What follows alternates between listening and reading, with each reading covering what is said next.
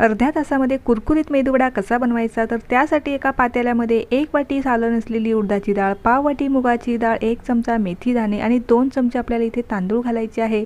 हे सर्व स्वच्छ धुवून त्यानंतर आपल्याला अर्धा तासासाठी किंवा पाऊण तासासाठी भिजत ठेवायचे आहे।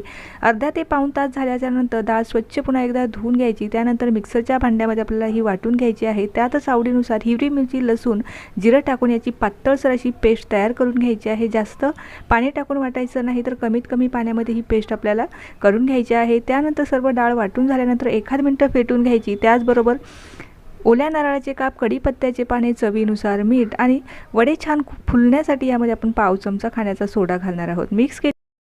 मिश्रण छान एकजीव करून त्यानंतर चाळणीला थोडंसं पाणी लावून त्यावरती मस्त असे मेदूवडे तयार करून घ्यायचे। तयार केलेले मेदूवडे मीडियम गरम तेलामध्ये आपल्याला मीडियम गॅसवरती छान असे गोल्डन ब्राऊन रंगावरती येईपर्यंत तळून घ्यायचे आहे। मस्त असे कुरकुरीत खाण्यासाठी मेदूवडे तयार।